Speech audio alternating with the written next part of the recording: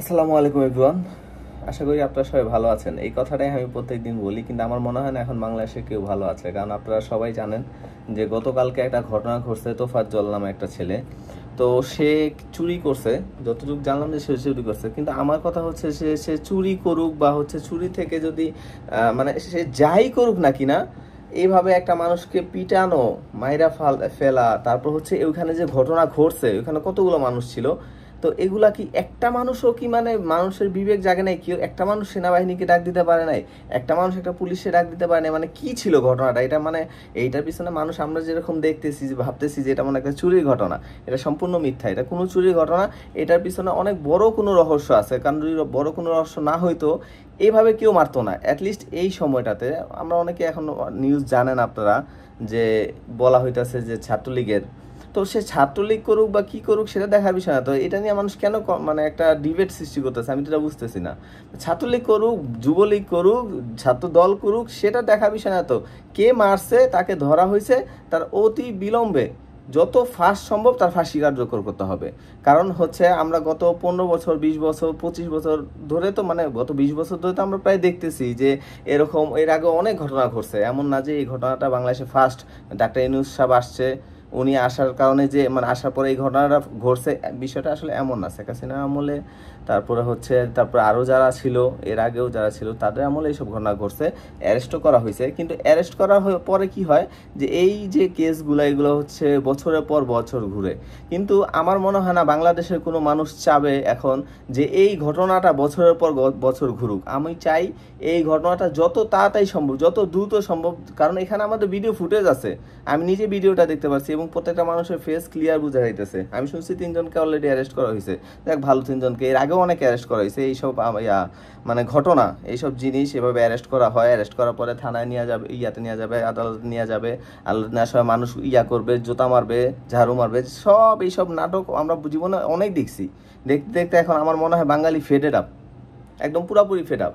এখন এই বিষয়টা নিয়ে আপনাদের প্রত্যেকটা মানুষের একটাই কথা বলা উচিত, যত তাড়াতাড়ি সম্ভব এদেরকে ফাঁসি, যারা হচ্ছে এই হত্যাকাণ্ডের সাথে জড়িত, তাদের সকলের অতি বিলম্বে তাদের সবাইকে ফাঁসি দিতে হবে। কারণ এখানে মানে যারা মারছে তারা কি করে, কোন দল করে, সেটা দেখার বিষয় নয়। সে মারছে, সে দলে ছিল, সে ওই সামনে ছিল, এবং ওইখানে যতগুলো মানুষ ছিল, এখানে কিন্তু 3-4 জন বা 5 জন মানুষ ছিল। আমার মনে হয় এখানে কম হইলেও 20 থেকে 30 জন মানুষ ছিল। আর এটা কোনোভাবেই চুরির কেস না, এটা কোনোভাবেই চুরি কেস না। এটা আমার মনে হয় বাংলাদেশের সকল মানুষ জানে এটার পিছনে কোনো গভীর কোনো ষড়যন্ত্র আছে। কারণ এখানে একটা মানুষে এমনভাবে পিটায় মারা হইলো, তাকে ভাত খাওয়ানো হইলো, বাহ, মানে এখানে কোনো দেশে নাই, কোনো সেনাবাহিনী নাই, পুলিশ নাই, মানে কোনো পাবলিক নাই। আবার ওরা হচ্ছে এখানে প্রায় 20-25 জন মানুষ, তাদের ভিতরে একটা মানুষের বাচ্চা নাই। মানে কেউ চিন্তা করছেন যে একটা মানুষের বাচ্চা নাই যে ও যে বলবে যে না থাক, এইভাবে মারার দরকার নাই, ও কি করছে না করছে এটা যদি ওরকম কোনো কেস হইতো, কেন এরকম কেস হয়েছে না এর আগে?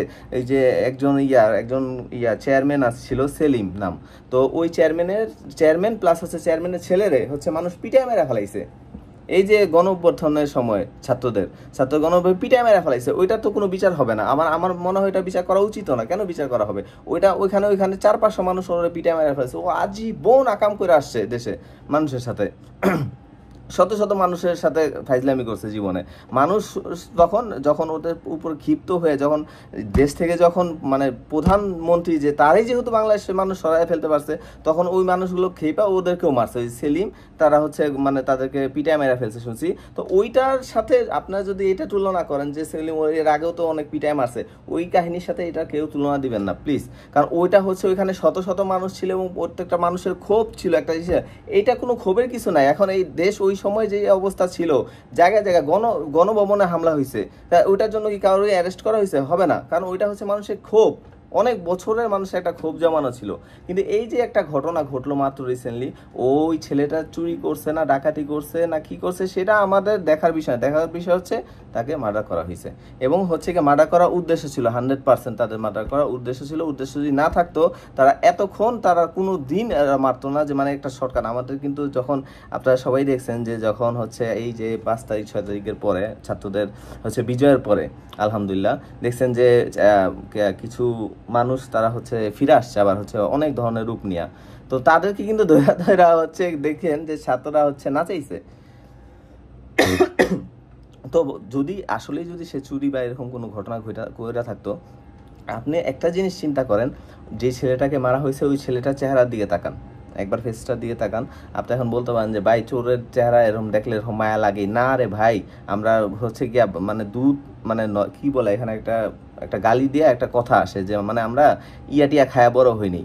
একটা মানুষের চেহারা দেখলে বোঝা যায় যে এই মানুষটা কি পাপ করছে এবং কতটুকু পাপ করছে, এই জিনিসটা আপনি দেখলে বুঝতে পারবেন। দেখবেন আপনার জীবনে আপনি দেখবেন কিছু কিছু মানুষের চেহারা যে তাদেরকে দেখলেই এরকম, আপনারা দেখছেন তো রিসেন্টলি যে 5 তারিখের আগেও তো অনেকে ছিল না বক্তব্য দিত আইসা, কে চিল্লাচিল্লি করতো, তাদের চেহারা কিন্তু দেখলেই আপনারা কিন্তু প্রত্যেকটা মানুষ বুঝতে পারতেন যে এই লোকটা বিশাল বড় একটা পাপী, অনেক বড় পাপী। তার চেহারায় আল্লাহ তাআলা এটা হচ্ছে মানে তার চেহারার ভিতরে ভাষায় দেয়, এটা আমি দেখছি। আমার চেহারা এখন যেমন দেখতেছেন, আমার চেহারা কিন্তু 4-5 বছর আগে এমন ছিল না। আমি 4-5 বছর অনেক পাপ করছি।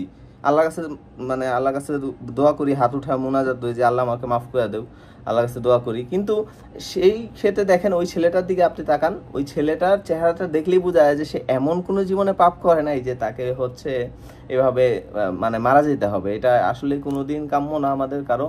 তো আমার একটাই দাবি যে যারা এটার সাথে জড়িত এবং যারা আশেপাশে ছিল তাদের সবাইকে ফাঁসির আওতায় আনতে হবে, একদম A to Z সবাইকে। আপনারা যারা যারা আমার সাথে একমত তারা প্লিজ আমাকে একটু কাইন্ডলি জানান। Thank you.